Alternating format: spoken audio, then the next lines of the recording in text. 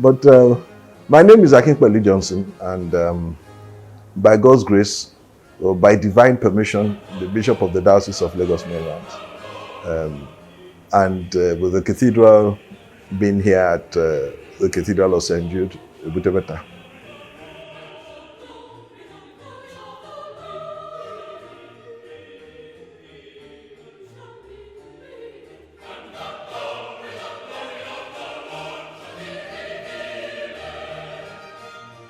Your question is very, very wide, but the premise on which you have asked the question, at least vis-a-vis myself, let me just make a slight correction. I would still like to consider myself as a member of the choir, and by when I say the choir, of course, I grew up in the Cathedral Church of Christ, Mainland, Lagos, and we do have that singular honor, at least in my generation, when I was a chorister there, when I was a choir boy there, as being the first amongst equals by way of standard and even how people looked at us by virtue of the fact that it is the Cathedral Church of Christ, and that's the first cathedral in the Church of Nigeria. It used to be the national church. And of course, like I said, it's I still consider myself as a member of the choir. Occasionally, when I go for services there, occasionally I might join the choir to sing. If, for instance, at a funeral service, they are having song tributes, and after that, maybe they're having, I think the last time I participated was at a funeral service when they were having at the end of the service, they had Worthy is the Lamb and the 99 Amens by Handel. So I'm still looked at as a member of the choir. So now you're asking me to say what's the difference now between the choir then and now. And by that, I want to understand that I understand that you're not necessarily asking me about the cathedral choir and making a comparison with St. Jude's choir, because I can't make that comparison in as much as I was never a member of St. Jude's choir. In the cathedral choir, yes, growing up then, as children, Nigeria was better. And as children, there was joy in service. And I suppose children now who are in the choir, wherever they may be, might find that to be true. But those of us, adults now, will look back and seem to talk about the good old days. That's the usual thing, the good old days. The cathedral choir was beautiful to be a part of. I believe I joined at 6 rather than 7. The age for joining was 7. I joined at 6. Maybe because my father was a provost, and then maybe also because his cousin was the master of the music, Mr. C.O. Phillips. We are related. And I want to also believe that beyond that, by God's grace, I did have a good treble voice, and Mr. Phillips noticed that. Incidentally, my grandmother used to tell me before she passed in 1991, I believe, and that when I was young and I was brought to the house here in Ibadan Street, our family house is number 23 Ibadan Street, right opposite the church, the cathedral, so to speak. She used to say that when I would come back from school, I just love to sing. And then people will gather around the windows of the house. If you know the house there, people will gather around and who is this boy singing? And in school, I attended St. Mary's private school. I used to sing at assemblies and lead the singing national anthem, sing at the assembly, whether it was national anthem or the hymns that we're singing, Roman Catholic school, Ave Maria, Gratia Pena, Dominus Tecum, Ave Maria, Ave Maria, Gratia. I used to do all those things. So for me, my experience of growing up in the choir was one of having another family, so to speak. And it's the same for all the boys in those days. When we meet old choristers, these are one of the things we used to talk about. The fact that people like the late Mr. C.O. Phillips, the organist and master of the music, Mr. Sojili Dadu, Mr. Yinka Shiwande, they were like our parents. Those who lived outside, in Suliri and all, came to church with them. They would bring them to church and take them back home. And one of the most important things was that all of us were members of the cathedral. Our fathers, there was a tradition that our fathers had passed through. In fact, there's a particular family that 4 generations have served in that cathedral choir. So all of them had passed through. So they knew what was expected. They'd done it. And the kind of encouragement, first of all, to attend practices. Lagos was not as bad as it is traffic-wise now. But having said that, with hindsight, yes, there were days of traffic and all that. But that commitment was there. And the men in the choir will go out of their way to make sure that we were, those coming from Sule or wherever they were coming from, will get to choir practice and we'll go back. And in those days, the boys will start practice at 6 on Tuesdays and will finish at 7. The men will come at 7 and will finish at 8. On Thursdays, the boys will start at 6 and the men will join at 6:30. But one of the great traditions of the cathedral choir in those days was that before choir practice, there was always football. We always played football, and that was one thing that brought in the harmony and the friendship. There was football, there was deck and can. It was religious. But when you talk to other choristers, those in their 70s now and 80s, they will tell you the same thing, that there was football. It was the advent of computer that scattered everything. Now boys don't play football, they don't do anything, they just come and go. There was nothing that big. And before the choir festivals, when we go for choir picnics hosted by a patron of the choir or something like that, I remember there was a home, we used to go to the home of the late Mr. Tunji Hafner, engineer Tunji Hafner. He had a swimming pool. So one of the rituals was, a bus will come, take the choir boys in the morning, and we'll have our breakfast there. Then we'll have the opportunity of swimming under great supervision and all that. And then we'll play the traditional deck versus can, the decano and the cantoris, deck versus can football. And those men I mentioned, Mr. C.O. Phillips, Mr. Lydia Du, Mr. Shiwande, would be there to witness it. So it was a family. It was a different, and I do remember that, yes, there were times when I wasn't doing too well at school and my father banished me from playing football, and I said to him, without football, I can't study. So I decided that, okay, if I have to study, then I will give something up for something. And I would make sure that during choir practice, that is when I'll carry my books and say that I want to study. And he will come and say, aren't you going to choir practice? I have to do my homework. So it went on like that for the first week, second week. Then Mr. Phillips saw me and said, Pelu, you haven't come to choir practice for... And the rules were simple. No practice, no rubbing. So it was okay. I wanted to prove a point. So he said, well, what's going on? Why aren't you coming? I said, well, you have to ask Daddy about that, why I'm not coming. But I'm doing my homework. Schoolwork was, And he had to have a talk with my father. One evening, he came after choir practice that, Shokwe, I don't know how you are going to do it, but Pelu must return to the choir stores. So the three of us had a negotiation that, okay, I'll be allowed to play my football, because the football was one that opened, when you get to choir stores, you la la la la la, the voice exercise. We did that in the football field. It's a goal. It's so beautiful. It was a beautiful experience. If I look back and I compare with what happens now, not necessarily in the cathedral choir in Lagos or this place, all of that seems to have gone. It's died a natural death. There's no bonding between the boys, And after choir practice on Tuesday, it was thief and police that we used to play until the men finished, because the men were the ones going to take the boys back home. So we also had the opportunity of playing at night until they finished.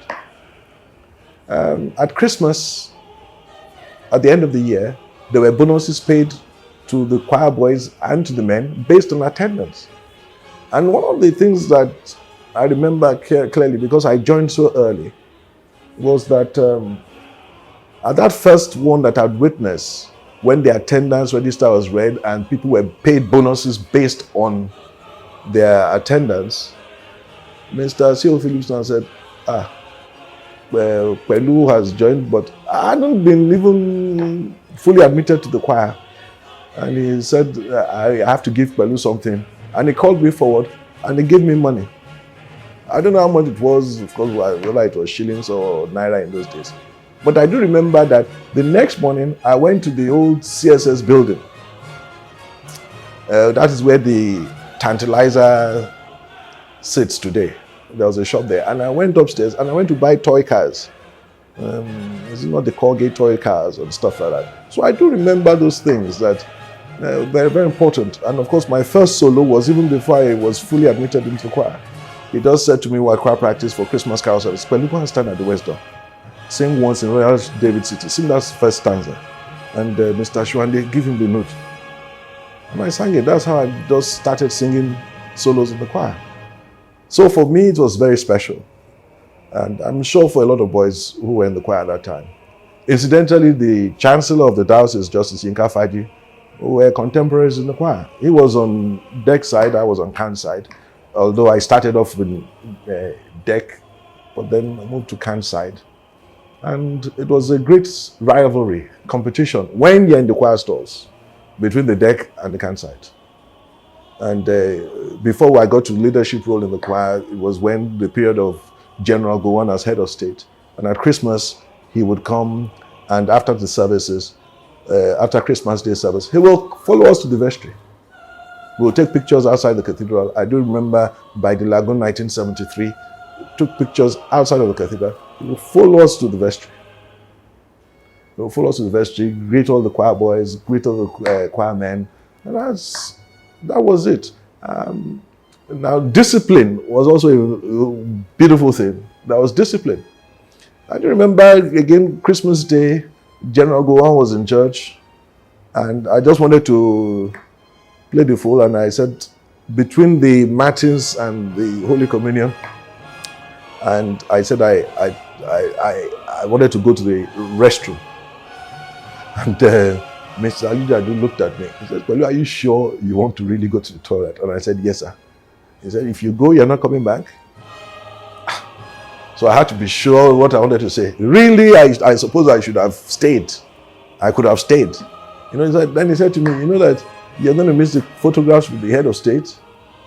But because I already committed myself that time, he said, "Well, if you go, don't come back." So he left it to me.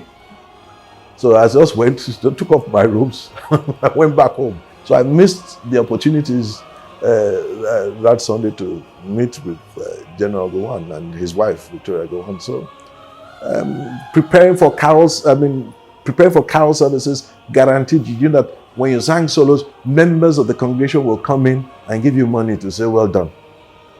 Then you were just even preparing for choir festivals.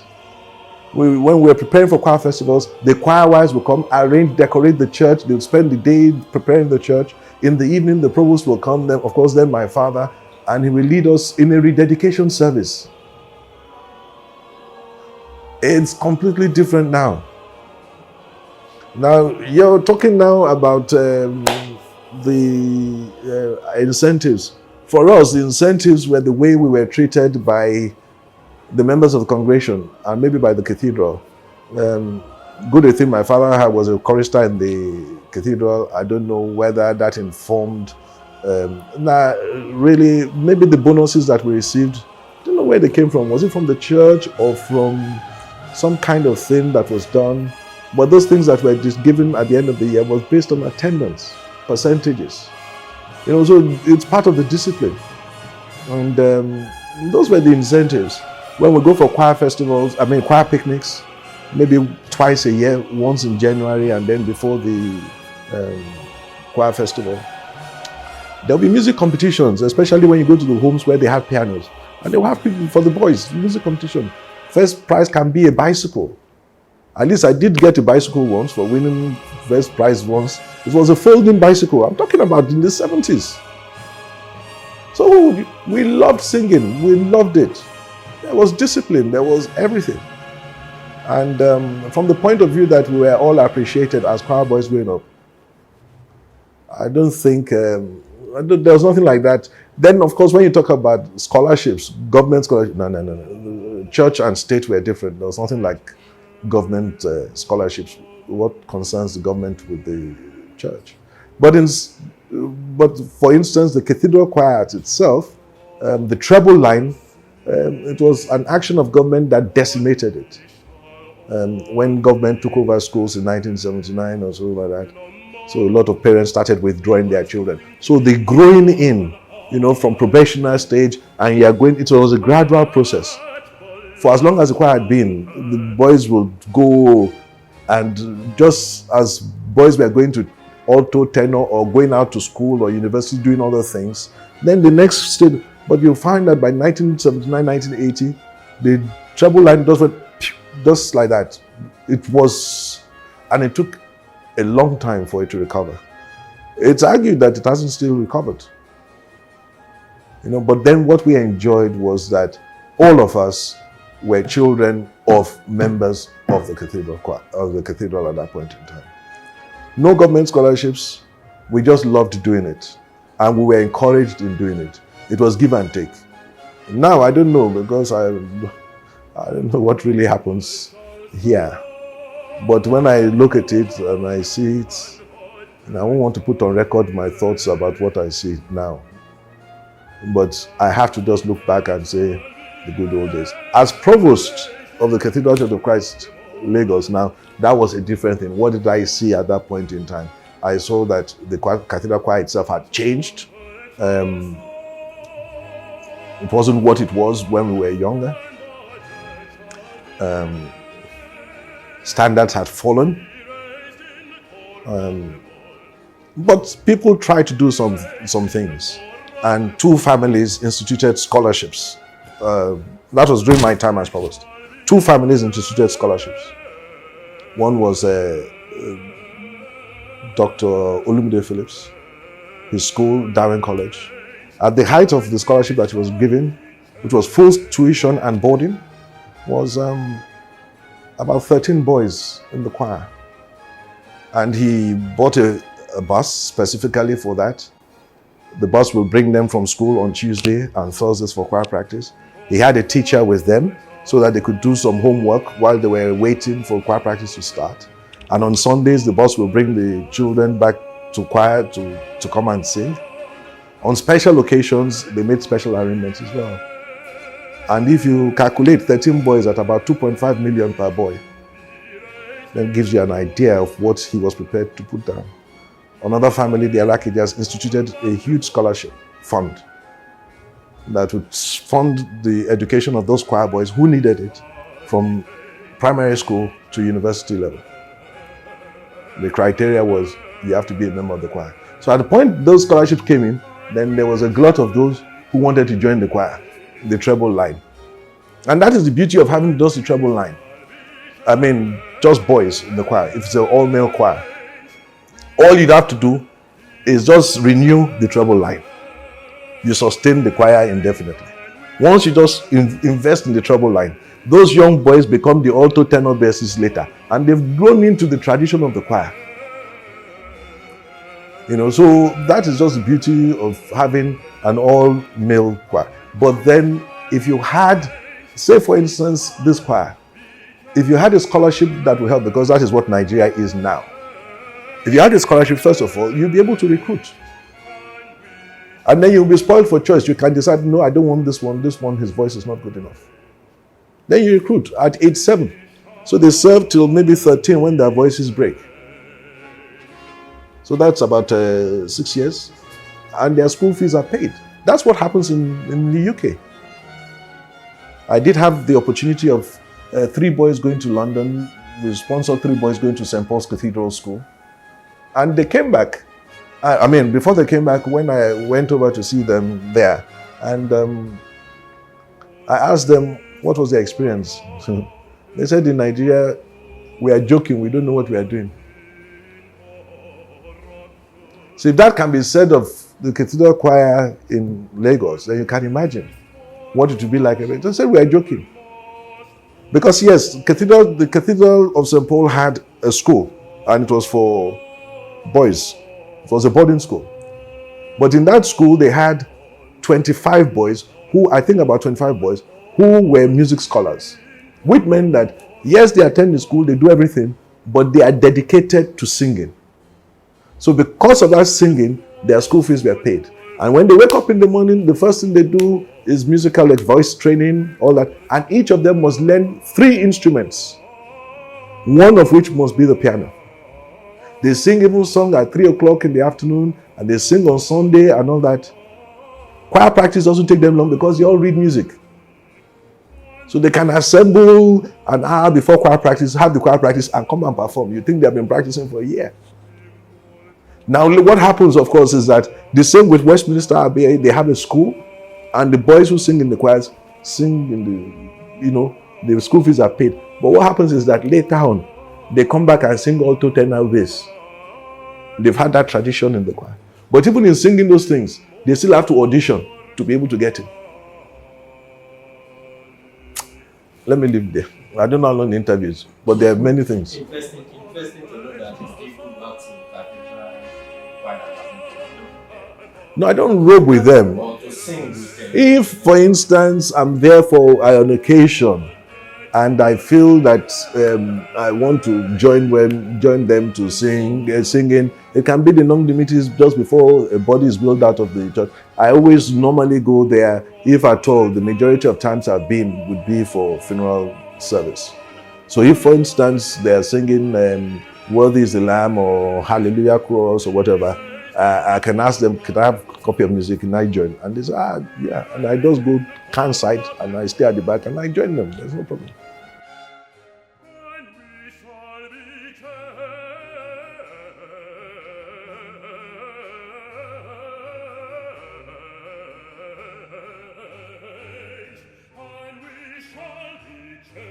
By that, I think that you are talking about not necessarily classical music. Maybe you are talking about choral music. There's a difference. The choral music is the church music. Choral tradition, religious music, the choral tradition of choir singing and stuff.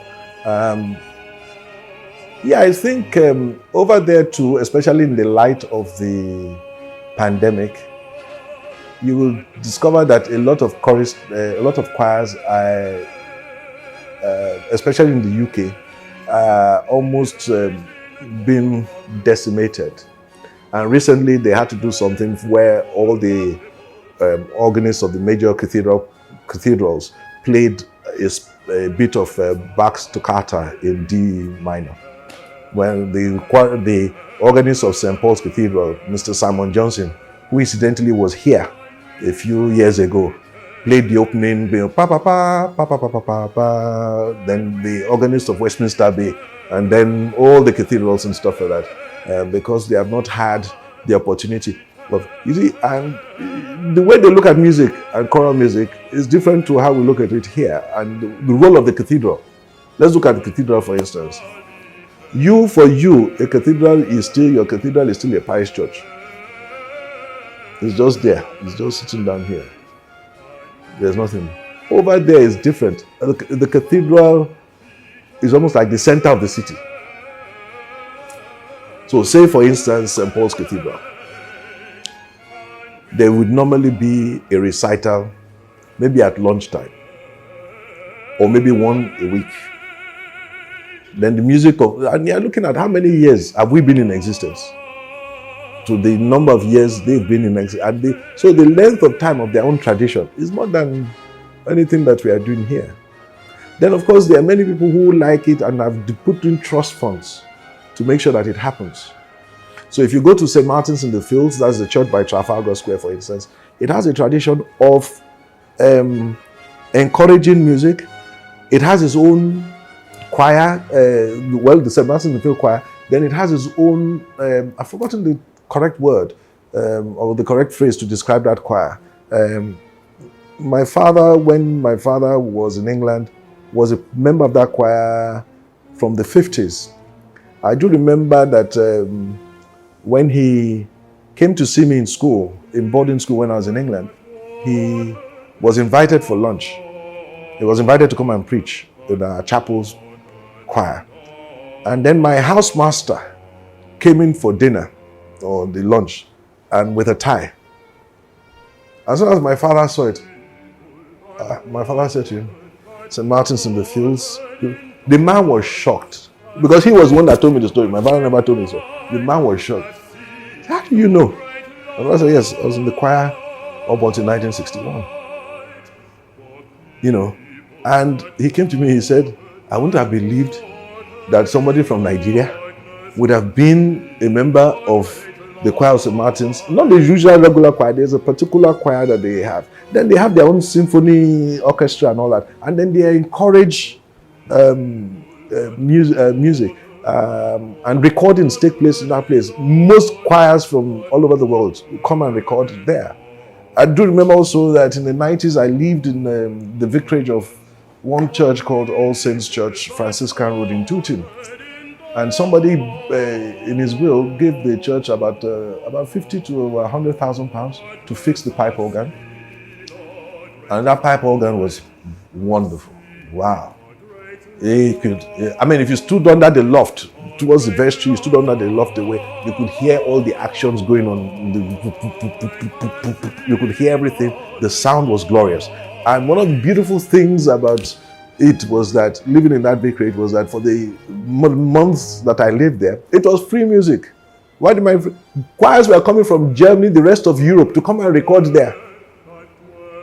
Then they will, on Sunday after we finish service, we clear everything. Then they bring the stage. The church was making income. It was a quiet location. The church was making money. So if you ask a Nigerian choir that has a pipe organ like this one, how often do you maintain it? That's the question. You see now, when they just tell you that when people haven't eaten, you say that we should maintain a pipe organ. The church has not paid assessment. Then you say pipe organ. Yes, in England, the churches don't pay money. They don't contribute money like we do. They don't. If you go for church service, what you hear, they're passing the offering around, especially in the cathedrals where you have visitors. You'll be hearing coins dropping. Clackam, clackam, clackam. You will hardly have notes. A friend of mine I took a friend, when I say friend, much older, and we went to worship in Westminster Abbey. And he hadn't worshipped there before, so I took him there to go and worship. So he found out that he enjoyed the music. No, you have to worship the music. The tonation of the voice is beautiful. And when he dropped his offering, we sat in one place. So when I left, he went back the following week, sat there, and he dropped his offering, which was notes. Everybody else was dropping. I think he said 20 pounds or 40 pounds he would drop. So after the second time, the man that collected the money said, I hope you are coming back next week. So the way they do it is that most in Nigeria, people give money while they are alive. Over there, it is when they are going, they can bequeath millions of pounds and say that take. And then with the lottery, the part of the lottery that they do, the national lottery, there's a heritage fund, what they give to the heritage, to the arts. So there's a fund that you can draw on, you apply for. So for instance, you will service your organ maybe once a month or once a year if you are lucky, or maybe once in 2 years. You take it for granted that it will work. For those organs in the UK, especially because of a company that I've become close to, which is Harrison and Harrison, they have people around London, the southeast area. It's a company based in Durham, but they have people there whose job it is. The organ of St. Paul's in the Westminster Abbey, the reeds are tuned every week, every 2 weeks. They go there, they tune. The choir, the organ in the Westminster Cathedral, the Roman Catholic Cathedral, every 2 weeks they are tuned. Because somebody's giving a recital, people are coming. People are coming, people are knowing the church, and they make money from them. From, not necessarily entrance money, but you'll find that later on they're sort of friends of St. Martin's, friends of this, friends of that. And those are the ones, they go back to their country in America and they fund these things.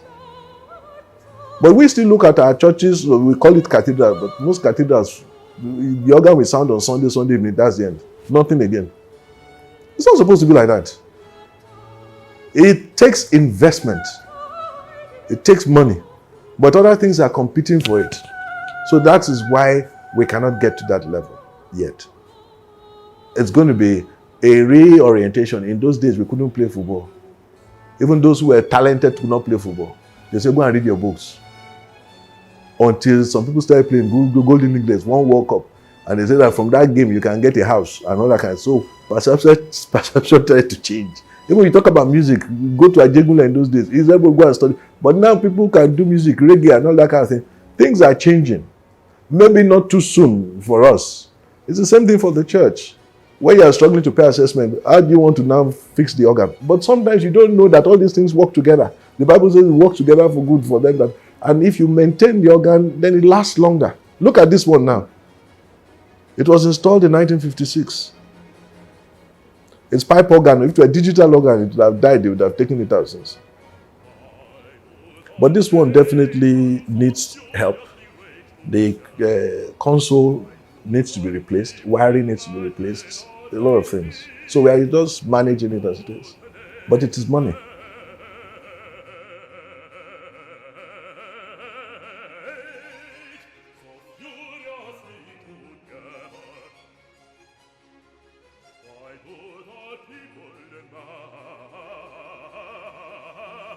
Let me just go back very quickly on your last statement, if you don't mind. God will help us in Africa. No, I don't think so. God will help us in Nigeria. Or maybe let me use the Anglican Church in Nigeria.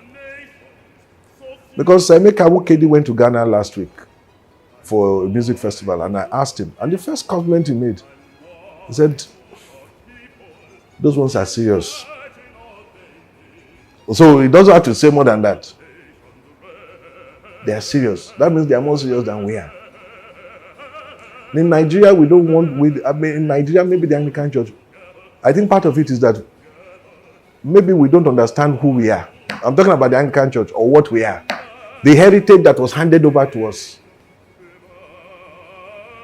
of the tradition of singing hymns, right from our schools into the churches. And in those days, priests would have been trained musically. You wouldn't have gone to St. Andrews without knowing music. But now the clergy they're not interested in music. The easy way out, clap for Jesus. Pack, the band, boop, boop, boop, boop, boop. So once we are forgotten what we are. And you see, and the problem is that these are music. I do remember that in all sincere, but when I served there up until 1999, one of the organists, assistant organists then, wanted to go to England for a 2-week summer course. He couldn't get the church to sponsor him. How much was it? Even when you are playing on the organ, how much do you pay the organist? You ask him to play an organ that is worth maybe nowadays, you say you want even a pipe organ. You say, and then you pay the man 30,000. In anger, he can spoil it. Yes. But then balance that with the need for they need investment. There's a difference between a keyboardist, a pianist, and an organist. An organist is playing maybe 4 keyboards at the same time. Your digital organ there is 4 manual. So he has 4 keyboards for the hands and then 1 for the pedal. So he's playing 5 keyboards at the same time. You want to compare with somebody who doesn't bam, bam, bam. It's not the same. It's not the same. It's just not the same. I don't play. And that's one of my greatest regrets in music, as far as music is concerned. My father used to tell me, you are going to regret it. At the time I could play, I decided to do other things. When I went to boarding school, that the day that the piano lesson teacher came was on Wednesday. That's the only time we were allowed to play football. So, and there were too many Nigerians, a lot of us Nigerian students, so we all met on the football field. So I joined the chapel choir and then I joined the male voice choir. I made up for it with singing, But the piano or playing an instrument is... So what can we do about it? Well, last year I think it was the 10th of July, which was the 50th anniversary of the death of T.K. Phillips, we inaugurated our music school. And we started with trying to... T.K. Phillips, of course, is the father of Nigerian music. And beautiful thing it is that according to history, my great-grandfather taught him to play.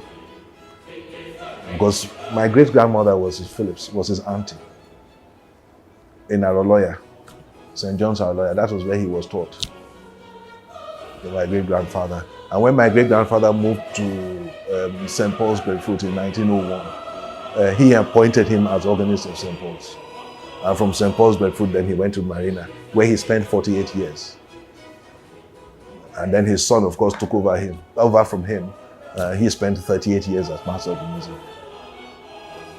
So here and then here in St. Paul's Idioro, one of the churches in our own diocese, was where he finally lived. He used to live on Ali Street, but then he moved to Idioro, where he had like an orchard, a huge expanse of land.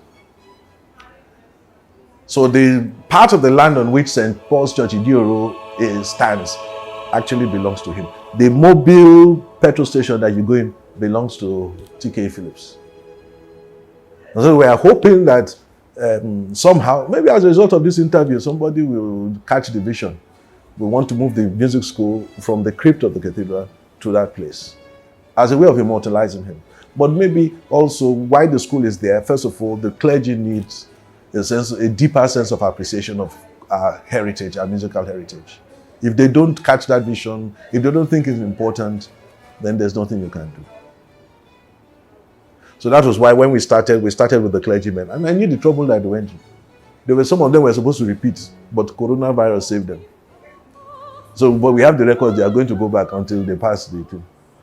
Because in those days, you couldn't have been a priest without passing music. You couldn't have been. It was one of the core subjects. Because in those days, priests were the organist, the choir master, the preacher, the doctor, the everything. So they had to learn, they had to understand music. They had to play. They had to be able to sing. So when I doing the ordination program now, for instance, in doing the program, in choosing the hymns, I choose the tunes. I've chosen tunes. I open the book, the music at the back. I know what I want. I know the mood I want to create. So I have a choice of 3 or 4 tunes from the back, whether there's LM or 6666 or whatever it is, or common meter and all that kind of thing. What kind of mood do you want to create at a particular point in time? When you say something is an introit, do you take a beautiful, heavy sound, or do you take a simple sound to get people in the mood for worship? So